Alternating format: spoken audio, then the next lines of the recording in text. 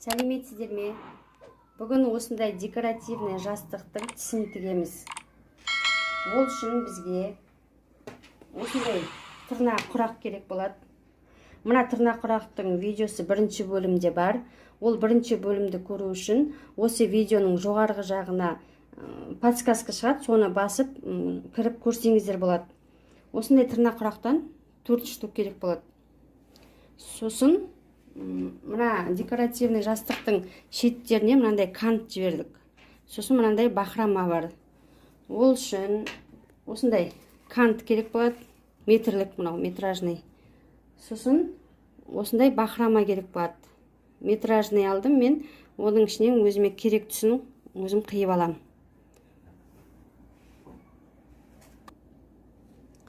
Енді қазір мына құрақтарды бір-біріне қосып тігеміз. Ол үшін бірінші осы екі құрақты қосамыз, одан кейін осы екеуін қосамыз, ортасын тігіп, содан кейін екеуін біріктіріп, бірге төртеуін біріктіріп тігеміз. Осы екі құрақты бір-біріне осылайынан беттестіріп аламыз да, ығысып кетпеу үшін екі инемен бекітіп алып, сосын мына жерінен тігеміз. Міне екі инемен бекітіп алдым мен. Сосын мына жерден бастап тігеміз.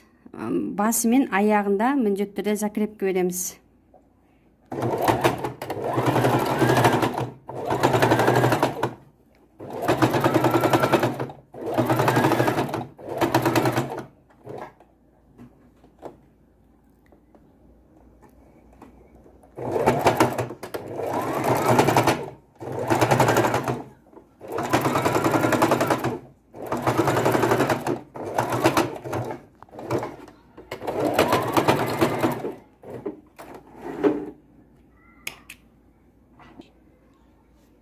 Міне екеуін тігіп алдық. Енді мына ортасынан қосып тігеміз.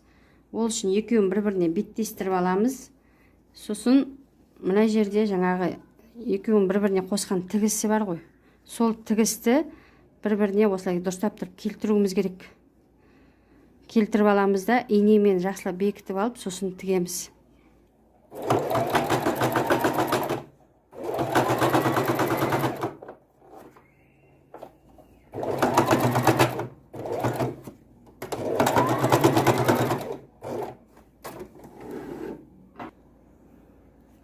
Міне төрт құрақты да біріктіріп тігіп алдым мен. Енді бұның айналасын тігеміз. Ол үшін мына шыққан құрағымызды өлшеп аламыз. Менікі мына 30 сантиметрде 30 сантиметр квадрат шығып тұр. Енді менің жаңағы декоративный жастықшамның өзінің көлемі 40 сантиметрде 40 сантиметр квадрат. Сол үшін бізге матаны қалай кесіп аламыз, соны көрсетейін. Мынау бізде 30-да 30 болып тұр, я. Біздің жалпы жастықшамыз 40-да 40 сантиметр. Енді сол 40 сантиметрдан аламыз, мынау шыққан жастықтың құрақтың өлшемі 30 ғой. Сол 30 сантиметрді аламыз. 10 сантиметр қалады. Енді бұл 10 сантиметрді мына екі жағына бөлеміз. Екі жағына. Сол үшін 10-ды бөлеміз 2-ге 5 сантиметр шығады. Осы жерде тігіске кетеді мата. Тігіске 2 сантиметрден қосамыз. Жоғарына 2 сантиметр, астына 2 сантиметр. 5 сантиметрге қосамыз 2 сантиметрді, тең 7 сантиметр шығады. Ұзындығы мынау 30 сантиметр, ені 7 сантиметр лента қиып аламыз. Ұзындығы 30, ені 7. Міне мен қиып дайындап қойдым. Ұзындығы 30, ені 7 сантиметр, осындай екі матадан қиып аламыз. Енді бұны осының екі жағына қойып тігеміз. Осындай қылып. Біреуін жоғарына, біреуін үстіне қойып тігіп шығамыз, енді осыларды біріктіріп. Мына матамыздың түгін бір жағына қаратып қоямыз. Менікі қазір осы жағына қарап тұр. Біреуі мына астыңғысында да осы бір бағытқа қарап тұрған күйінде матамызды бекітіп аламыз инемен. Міне екі жағында инемен бекітіп алдым. Енді тігеміз.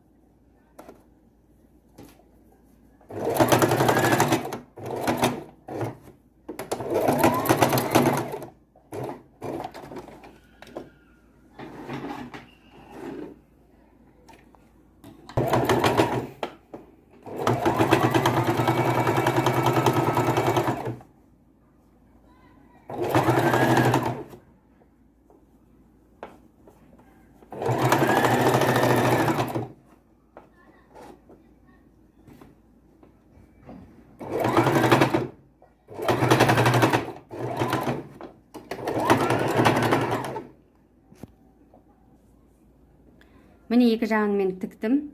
Бұның қазір мына ені 41 сантиметр болып тұр. Соған енді екі жоғарын тігуіміз керек. Ол үшін ұзындығы 41, ені 7 сантиметр мата қиып алдым. 41 болып тұрған себебі жаңағы 2 сантиметр біз тігіске қалдырдық қой. Соның 1 сантиметр мына тігіске кетіп тұрды. Енді мына жағынан 1 сантиметр астарын тіккен кезде кетеді. Сонда бұл өзінің көлемі 40 сантиметр болып шығады. Енді мына лентімізді, мына қиып алған матамызды екі жағына қойып аламыз. Тағы да бағанағыдай қойып инемен бекітіп алып, сосын шетінен тігіп шығамыз.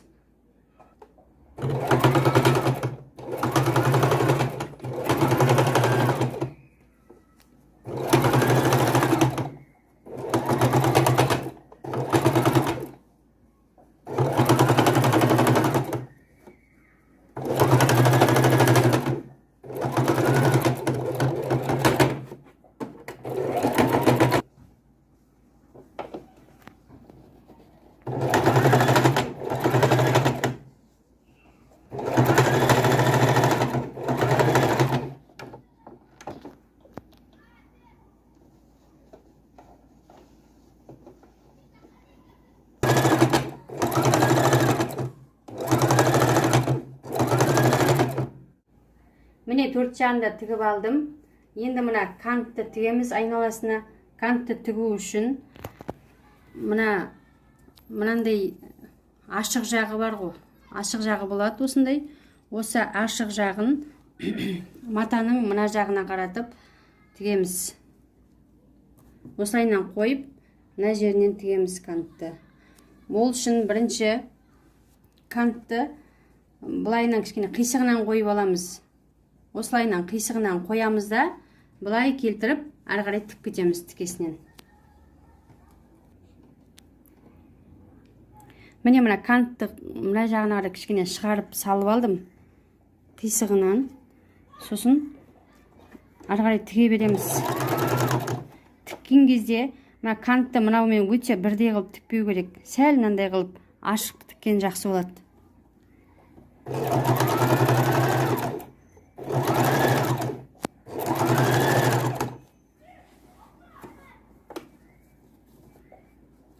Сосын тағы бір айтып кететіні, мына астындағы матамызды кішкене тартыңқырап тігеміз.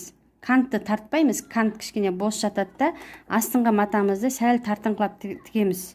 Өйтіп тартпаған жағдайда мына канттың матасы қатты болады да, мына материалымызды жиыр жібереді де, мынандай қылып, жаңа жастықтың размері онда уже келмей қалады.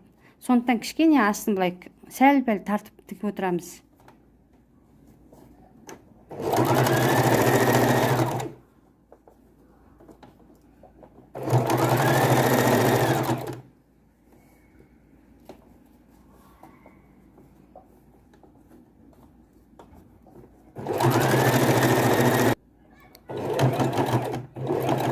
Мына шетіне келген кезде 0,5 сантиметрде жеткізбей осылай етіп қойып аламыз да, мына лапкамызды көтеріп матамызды өзімізге қарай айналдырамыз. Сосын мына кантты былай қылып жақсылап бер жағын түзеп жібереміз. Түзеп бері қарай айналдырып қоямыз. Осылай етіп қойып алғаннан кейін лапкамызды басамыз. Сосын қолмен, 1-2 шақ қолмен жүріп алу керек. Мынау жаңа бұрышы дұрыс шығу үшін кішкене былай өзіміз қолмен жүргіземіз де, ары қарай уже тіге береміз.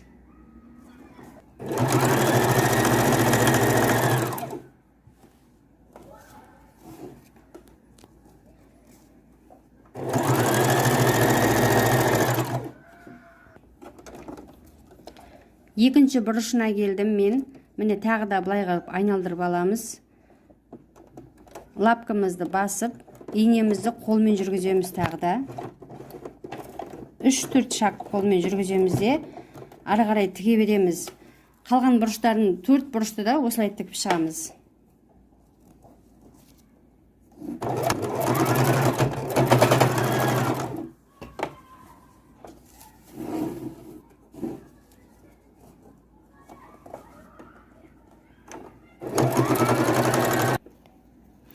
Міне бастаған жерімізге келдік. Бұл жерде мына кантты, мынау жаңа қисығынан алайық дедік қой. Не үшін қисығынан алайық дедік? Мына кантымызды мынаған былай қылып айқастырып жібереміз. Осылайынан айқастырып жібереміз де, мына жерге былай келіп тігіс өткізіп жібереміз. Осы жерден закрепка береміз. Сонда бұның екеуінің қосылған жері көп білінбей қалады.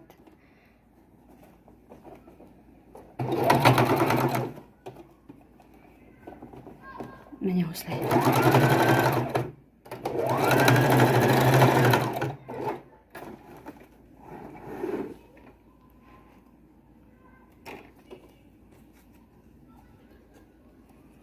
Енді осы жерден мына канттың шетін осылай қиып тастаймыз екі жағында. Болды. Мына бақырамамын біреуін мен қиып алдым, шашағын. Соны осындай бір бұрышына шетіне осылайынан қойып, нәуір жерінен қисығынан тігеміз. Қайта-қайта алға, артқа беріп тіге береміз.